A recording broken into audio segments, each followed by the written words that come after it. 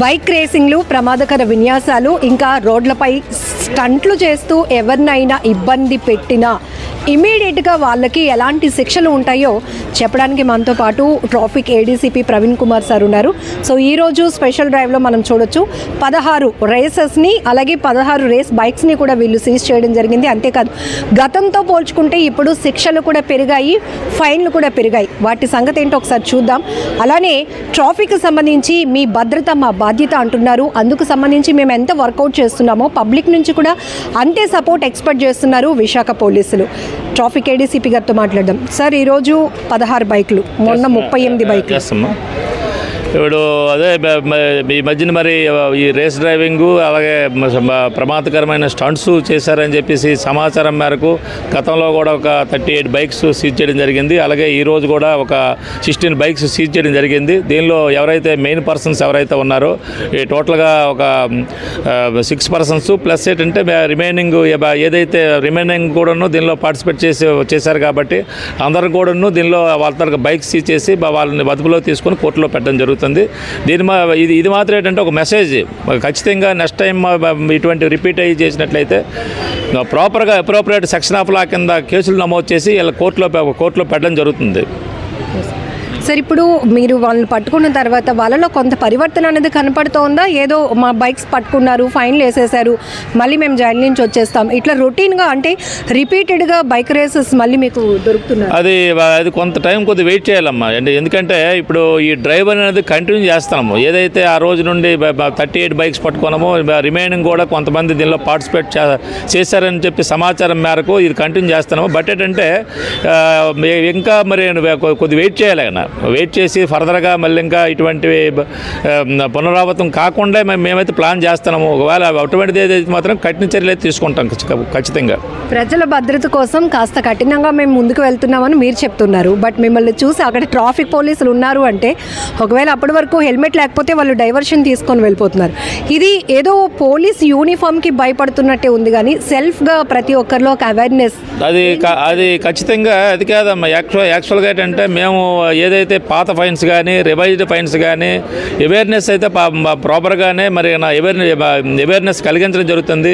అలాగే తర్వాత ఏంటంటే ఇక్కడ ప్రతి ఒక్కరు కూడాను బాగా ఎడ్యుకేటెడ్ పీపుల్. బట్ ఏంటంటే దాన్ని ఏదో అవాయిడ్ చేసి వెళ్ళిపోతానని చెప్పేసి అనుకుంటాను కానీ ఆ రోజు కాకపోతే నెక్స్ట్ డే ఏదో రోజు మాత్రం ఖచ్చితంగా వాళ్ళ మీద చర్య అయితే తప్పదు. బట్ ఏంటంటే టెంపరీగా మాత్రం మిస్ అవ్వచ్చును.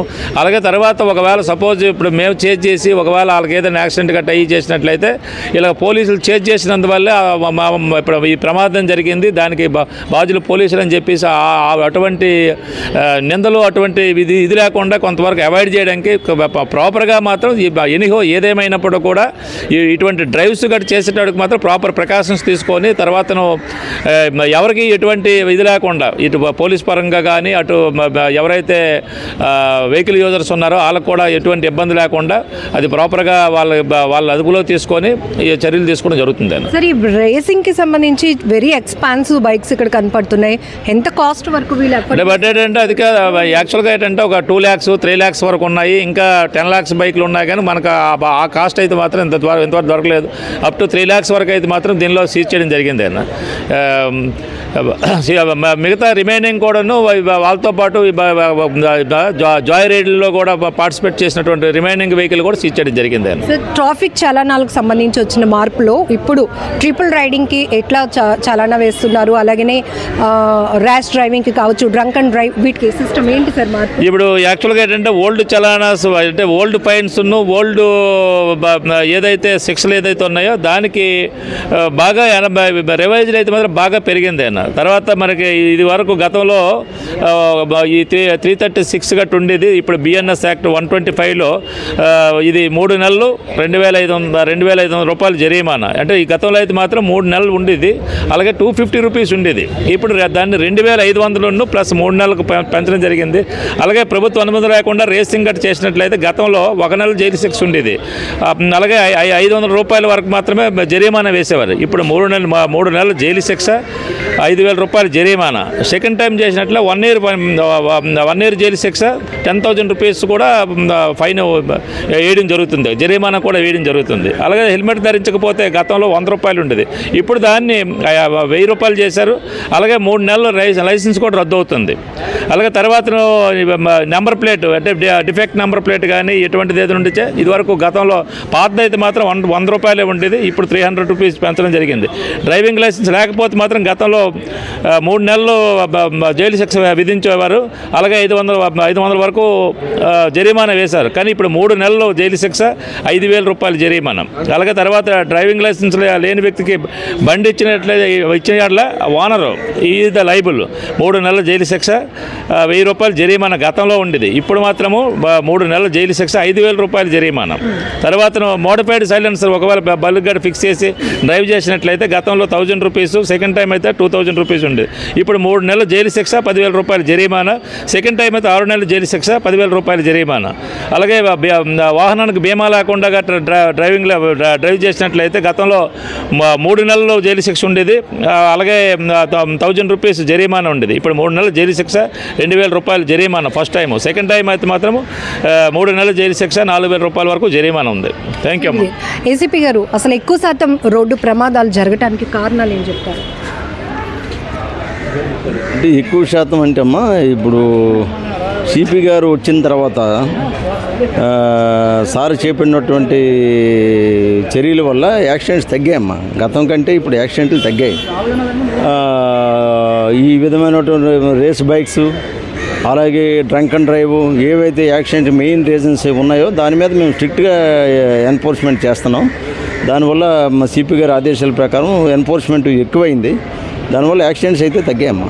సెల్ఫ్ యాక్సిడెంట్స్లో అక్కడికక్కడే ప్రాణాలు కోల్పోతున్నారు, ఎందుకు కారణాలు చూస్తే అంటే అది వాళ్ళ యొక్క నెగ్లిజెన్స్ వల్లమ్మా, వాళ్ళ రేషన్ నెగ్లిజెన్స్ యాక్ట్ వల్లే అది అవుతుంది తప్ప, ఇప్పుడు ఫర్ ఎగ్జాంపుల్ ఏదైనా ఒక యాక్సిడెంట్ అంటే ఆపోజిట్లో ఏదైనా ఒక వెహికల్ గుద్దేస్తే అదే యాక్సిడెంట్. సెల్ఫ్ యాక్సిడెంట్ అయ్యారంటే వాళ్ళ మిస్టేక్ కదా. అది అయితే ర్యాష్ డ్రైవింగ్ అయిన చేసి ఉండాలి, వాళ్ళు డ్రంక్ అయిన చేసి ఉండాలి, లేకపోతే ర్యాష్ డ్రైవింగ్ అయిన చేసి ఉండాలి. అవి ఏమైనా ఆ 2 రీజన్స్ వల్ల యాక్సిడెంట్ అయి ఉంటుందమ్మా.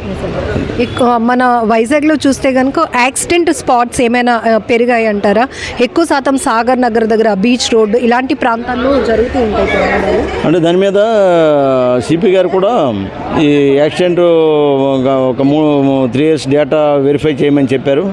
దాని మీద యాక్సిడెంట్ డేటా వెరిఫై చేసి ఎక్కడెక్కడ ఎక్కువ యాక్సిడెంట్ జరిగాయి వాటన్నిటి కూడా బ్లాక్ స్పాట్స్ కింద వాటిని నిర్దేశించడం జరిగింది.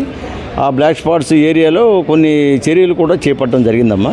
ఇంకా మేము కొనసాగుతుందన్నమాట.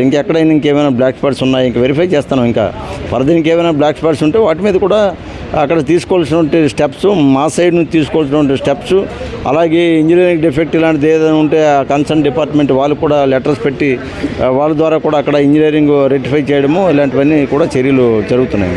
ట్రాఫిక్ పైన పెద్ద ఎత్తున అవగాహన కార్యక్రమాలు చేస్తూనే ఉన్నారు, మైనర్లకి కౌన్సిలింగ్లు ఇస్తూనే ఉన్నారు, పేరెంట్స్ను కూడా పిలిపిస్తూ మీ పిల్లలు ఇదిగో ఈ ఏజ్లో ఇంత ఎక్స్పాన్సివ్ బైకులు వేసుకొని రోడ్లు ఎక్కుతున్నారు, ప్రమాదాలకు గురవుతున్నారు, ఇంకొకరికి ప్రమాదానికి కారణమవుతున్నారు, ఇన్ని చెప్తున్నా కూడా పబ్లిక్లో కొంత ఎందుకు ఆ సిస్టమ్ ఇంకా చేంజ్ కావట్లేదు అనుకుంటున్నారు?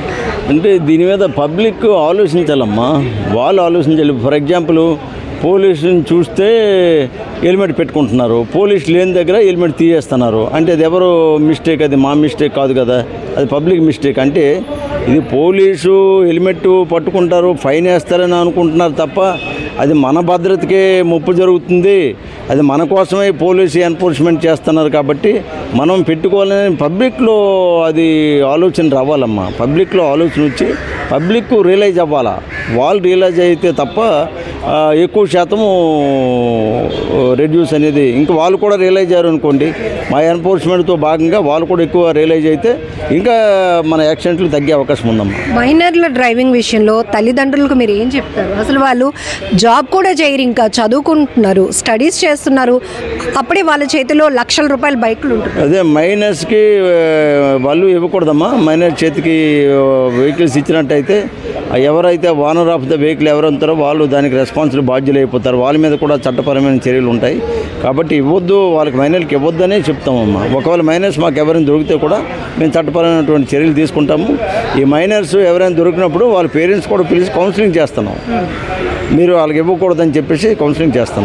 ఇది ఒకటి అవేర్నెస్ కావాలండి. అక్కడ ఎక్కడ కూడా ట్రాఫిక్ పోలీసులు లేరు, నేను హెల్మెట్ పెట్టుకోలేదు అయినా నాకు చాలా మెసేజ్ వచ్చేస్తుంది. ఎట్లా అంటే సీసీ సర్వేలెన్స్ వర్క్ చేస్తున్నాయన్న విషయం చాలా వరకు ఎవరికి తెలియదు. ట్రాఫిక్ పోలీస్ పట్టుకుంటేనే చాలానే పడుతుంది అనుకుంటున్నారు. అంటే కొన్ని దగ్గరలు ట్రాఫిక్ పోలీస్ పట్టుకోకపోయినా కొన్ని దగ్గరలు సీసీ కెమెరాస్ ద్వారా కూడా క్యాప్చరింగ్ జరుగుతుందమ్మా కొన్ని దగ్గరలు. అది ఇప్పుడు ప్రస్తుతం మన సిపి గారు మొత్తం ఆల్ ఓవర్ సిటీ అన్ని దగ్గరలు కూడా ఈ సీసీ కెమెరాస్ ద్వారా క్యాప్చరింగ్ అయ్యేటట్టు ఒక న్యూ ప్రాజెక్ట్ ఒకటి ఎక్సర్సైజ్ జరుగుతుంది.